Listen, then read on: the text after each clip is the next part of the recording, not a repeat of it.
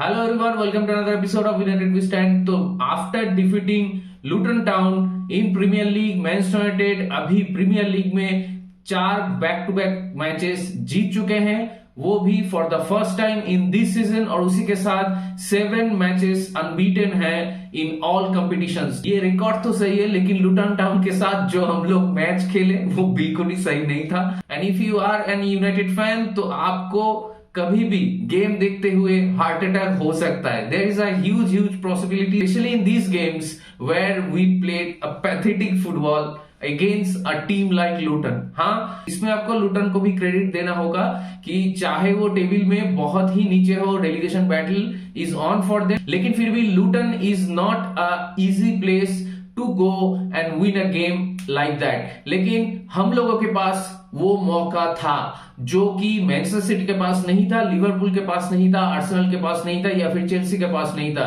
इन सारे टीमों के अगेंस्ट में लुटन ने हार्ड फाइट किया है, और मैच शुरू होने से पहले ये चीज हम लोग को मालूम था कि लुटन बड़े टीमों के अगेंस्ट में भी अच्छा फाइट पुट अप करता है। तो हो सकता है अगर हम लोग मौका दे तो लुटन हम लोग के साथ भी सेम चीज करे। इसीलिए हम लोग को हमारा ए गेम ही खेलना होगा अगेंस्ट अ टीम लाइक लुटन, और उसी सोच को लेके ही हम लोग पिच पे उतरे थे। जब मैच शुरू हुआ तो पहले 37 सेकेंड्स के अंदर we got our first goal, और जी हाँ, कोई और नहीं, it is Rasmus Hojlund, and it was the fastest away goal scored by Manchester United in Premier League. 37 seconds पे हम लोग को हमारा पहला गोल मिल गया, वो भी आपका from a defensive mistake by Luton. और उसके बाद देखते ही देखते हम लोग एक के बाद एक और भी अटैक करते गए और प्रेशर बनाते रहे लुटन के ऊपर, और पहले 10 मिनट के अंदर हम लोग हमारा दूसरा गोल भी स्कोर कर चुके थे, और वो फिर से आपका रास्मस हॉयलैंड ही था। हाँ, वो एक मिस किक था फ्रॉम गार्नाचो, लेकिन रास्मस हॉयलैंड का उस मोमेंट पे आपका जो रिफ्लेक्स चाहिए होता है, जो रिएक्शन चाहिए होता है, वो बहुत ही सही था, बहुत ही लाजवाब था। वो बिल्कुल ही ठंडे दिमाग से उस बॉल को उसने पूरी बखूबी से आपका गाइड किया गोल में, और हम लोग को हमारा दूसरा गोल भी मिल गया। लेकिन जब आपका टीम 2-0 अप हो जाता है, वो भी पहले ही 10 मिनट के अंदर, उसके बाद अगर आप इतना पैथेटिक फुटबॉल खेलते हो for the rest of the match, then it is not acceptable at all. जी हाँ, ये मैच में मतलब आप एरिक टेन हाग को ज्यादा दोष नहीं दे पाएंगे, क्योंकि हम लोग का जो प्लान था, जो सेटअप था, वो क्लियर था। हम लोग there were too many individual mistakes, और उसके साथ साथ स्लॉपी पासिंग, और हम लोगों का मिडफील्ड में कोई कंट्रोल ही नहीं था। पहले 15 मिनट तक हम लोग मैच पे टिके रहे, हम लोग एक के बाद एक चांसेस क्रिएट कर रहे थे, हम लोग भर भर के कॉर्नर मिल रहा था हम लोगों को। लेकिन आफ्टर दैट 15 मिनट लुटन एक के बाद एक चांसेस क्रिएट कर रहे थे, और लुटन का मिडफील्ड में पेस ज्यादा है, और यही वजह था हम लोगों के मिडफील्ड में क्रम्बल करना। Specially Casemiro and Bruno Fernandes were pathetic today. उसके साथ आपका मैगुआर का भी दिन खराब था, और आपका लुक शॉ भी बार बार बीट हो रहा था उसके एंड से, और लुटन अपना पेस को फुल यूटिलाइज कर रहे थे मैच में। उसके साथ साथ हम लोग तो मिडफील्ड में बॉल लूज कर रहे थे एक के बाद एक, स्पेशली कैसेमीरो। पहले के 15 मिनट को छोड़ के बाकी के पूरे मैच में हम लोगों का मिडफील्ड में कोई भी कंट्रोल नहीं था, और उसके साथ साथ मतलब देख के लग रहा था सिर्फ एक बंदे को, वो है कोबी माइनो, जिसको देख के लग रहा था he can hold the ball for 1 to 2 minutes, उसके साथ साथ वो पासेस खेल सकता है। लेकिन बाकी जितने भी प्लेयर्स थे वो लोग 2-3 सेकंड से ज्यादा बॉल होल्ड ही नहीं कर पा रहे थे। देख के लग रहा था अगर ज्यादा टाइम बॉल होल्ड करे तो शायद कोई बॉम्ब फट जाए। तो ऐसा एक हम लोग का अप्रोच था, और उसी के साथ साथ sloppy passing and bad decisions were made again and again। ये मैच में हम लोग एंडलेस चांसेस क्रिएट किए थे, मतलब फर्स्ट हाफ में तो बहुत बढ़िया बढ़िया चांसेस क्रिएट किए ही थे, लेकिन अगर आप सेकेंड हाफ में देखो तो सेकेंड हाफ में हम लोग उससे भी ज्यादा चांसेस क्रिएट किए थे, और बढ़िया बढ़िया चांसेस क्रिएट किए थे। 1v1 सिचुएशंस में आपका था ब्रूनो फर्नांडिस, 1v1 सिचुएशन में था आपका गार्नाचो, लेकिन हम लोग फिर भी वो तीसरा गोल जो हम लोग को स्कोर कर देना चाहिए था, वो हम लोग स्कोर नहीं कर पाए। एक ऐसा दिन जब आपका स्कोर लाइन 6-0 या 7-0 हो सकता था, उसी दिन पे आप अपने घटिया डिसीजंस के वजह से, स्लॉपी पासिंग के वजह से, and lack of ball holding ability के वजह से आप वो मैच अपने लिए ही डिफिकल्ट कर लिए और उसी के साथ साथ at the end of the day it was a really very hard fought victory for us और स्कोर लाइन हुआ आपका 2-1। If you are playing in Premier League और भले ही आपका स्कोर 2-0 हो गया हो पहले 10 मिनट के अंदर ही, you can not take the things for granted. आप कंप्लेसेंट हो ही नहीं सकते। अगर आप मैच में थोड़ा बहुत भी कंप्लेसेंट हो जाते हो या फिर स्विच ऑफ हो जाते हो तो ओपोनेंट कभी भी आपको हर्ट कर सकती है और वही चीज हुआ। मतलब ताहिती चोंग जो पहले वाला गोल में जो क्रेडिट जाता है वो तो आपका ताहिती चोंग को ही जाता है, लेकिन आप अगर देखें कैसेमीरो की कहो या फिर आप वारान की कहो, दोनों ही मिस कर गए ताहिती चोंग को और Tahith Chong got a free runner. वो बॉक्स में आ गया और उसके बाद टर्न भी ले लिया Varane, he couldn't stop the turn. और उसके साथ साथ वो लोग थोड़ा लकी भी रहे कि वो एक मैगवायर से डिफ्लेक्ट होके उन लोगों के पास ही गया, लेकिन फिर भी अगर लक के बारे में कुछ बोलना है तो actually we were lucky to get away with 3 points. First half में वो लोग कंटिन्यूअसली एक के बाद एक अटैक करते रहे और हम लोग ऐसे तैसे करके डिफेंस करते रहे। और उसी के साथ साथ लुक शॉ को भी वापस एक छोटा सा इंजरी हो गया, पता नहीं लुक शॉ कितने दिन बाद वापस आएंगे और हम लोग को फोर्स चेंज करना पड़ा, वो है आपका विक्टर लिंडेलॉफ। और उसी के साथ साथ हैरी मैगवायर और कैसेमीरो बोथ वेर बुक्ड, तो इसलिए एरिक टेन हैग ये वाले मैच में स्पेशली कोई चांस नहीं ले सकते थे। अगर हम लोग को एक भी रेड कार्ड मिल जाता तो ये मैच तो लगभग जीतना नामुमकिन था। जैसा इंटेंसिटी के साथ और माइंडसेट के साथ लुटन खेल रहा था, हम लोग ये मैच में सरवाइव नहीं कर पाएंगे और इसीलिए हाफ टाइम में जब स्कोर लाइन आपका 2-1 था तो एरिक टेन हैग कैसेमीरो के जगह पे मैकटोमिनी को लेके आए और मैगवायर के जगह पे आपका जॉनी इवंस को लेके आए। लेकिन जॉनी इवंस को देख के मुझे थोड़ा डाउट हो रहा था क्योंकि उनका उतना पेस नहीं है जितना आपका डिमांड करता है ऐसे गेम, लेकिन फिर भी you have to tell Jonny Evans was super throughout the game. He handled every single ball brilliantly और उसके साथ साथ राफा वारान भी सेकेंड हाफ में बेहतर खेल रहे थे। हम लोग अच्छा डिफेंस कर रहे थे, डिएगो डैलोट भी हियर एंड देयर में ब्लॉक कर रहा था और उसके साथ साथ आपका विक्टर लिंडेलॉफ भी ठीक ठाक खेला, उतना अच्छा नहीं खेला।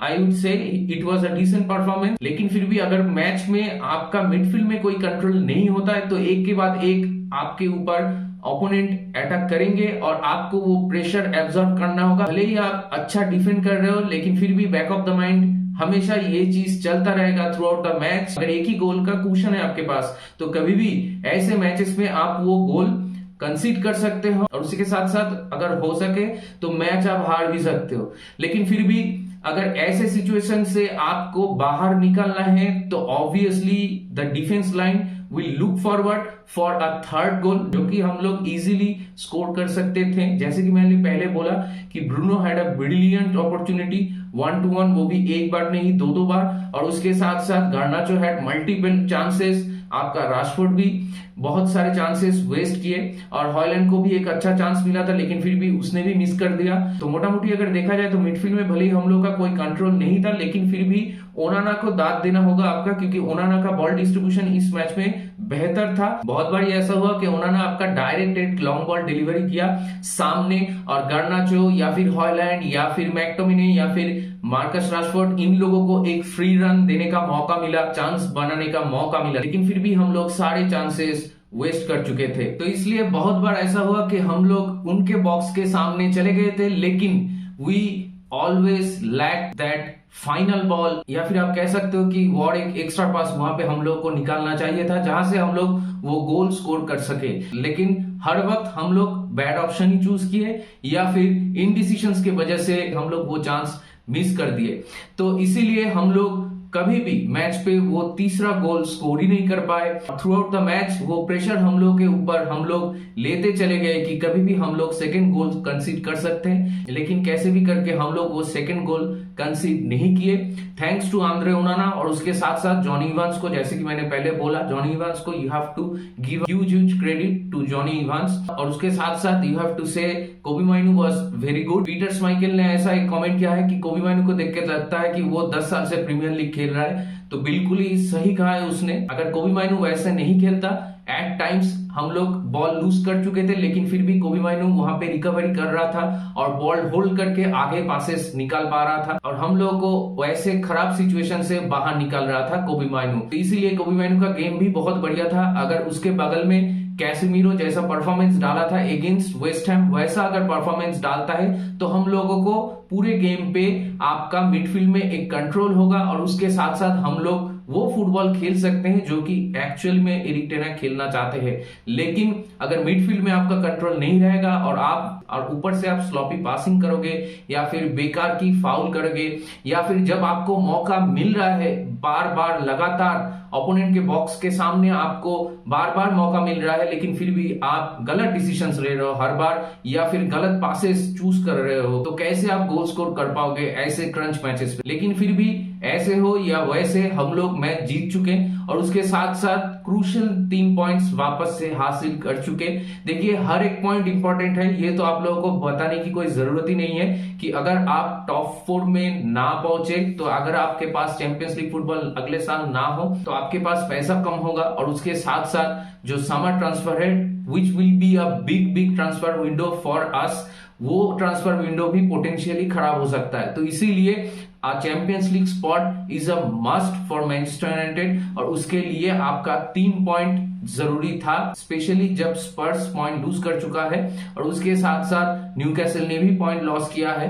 तो ये वाले गेम वीक में आपको तो जीतना ही था। तो जैसे भी करके हो हम लोग 3 पॉइंट निकाल लिए मैच से। लेकिन ऐसे फुटबॉल अगर इन फ्यूचर हम लोग खेलते हैं, जो कि हम लोग बहुत बार ऐसे फुटबॉल खेल चुके हैं ऑलरेडी, तो फ्यूचर में बहुत प्रॉब्लम हो सकता है क्योंकि दूसरे टीम के अगेंस्ट में अगर ऐसे फुटबॉल खेलते हो तो मैच में आपका कंट्रोल नहीं रहता, तो कभी भी आप गोल कंसीड कर सकते हो। अगर 1 सेकंड के लिए भी आप स्विच ऑफ हो जाते हो, कोई मोमेंट पे आप स्विच ऑफ हो जाते हो मैच पे, तो वहीं से ओपोनेंट कैन पनिश यू। यही चीज को एरिक टेन हाग को स्ट्रिक्टली बदलना होगा, ब्रूनो को वो डिसिप्लिन दिखाना होगा और हम लोग को थोड़ा अपने ऊपर भरोसा रख के बॉल होल्ड करके फुटबॉल खेलना होगा मिडफील्ड में। कैसेमीरो वेस्ट हैम के साथ जैसा खेला था वैसा परफॉर्मेंस उसको वापस से डिलीवर करना होगा गोइंग फॉरवर्ड।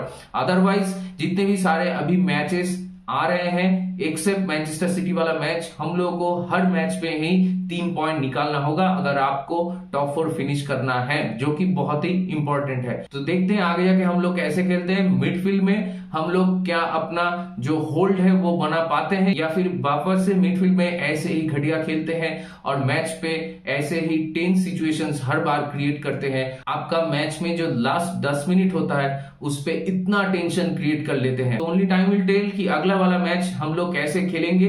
अगला वाला मैच होम मैच है तो एक्सपेक्टेड है कि हम लोग इससे बेहतर फुटबॉल खेलें और अगर मैच में अर्ली लीड्स हम लोग को मिल जाता है लाइक दिस वन, तो we have to keep our mind clear and we have to keep calm and make sure that we can hold the ball in the midfield। तो देखते हैं आगे जाके क्या होता है। तो ये वाला मैच को लेके आपका क्या राय है, आपका ओपिनियन क्या है, ये जरूर मुझे बताएं कमेंट सेक्शन में। और इसी के साथ ये वाले वीडियो को यहीं पे रैप अप करते हैं। अगर ये वीडियो आप लोगों को पसंद आया तो मेरे चैनल को जरूर सब्सक्राइब कीजिए, मुझे सपोर्ट कीजिए, इस वीडियो को लाइक कीजिए और शेयर कीजिए अपने दोस्तों के बीच। तो चलिए मिलते हैं बहुत जल्दी अगले वाले वीडियो में, तब तक take care, good bye, glory glory Manchester United and United we stand.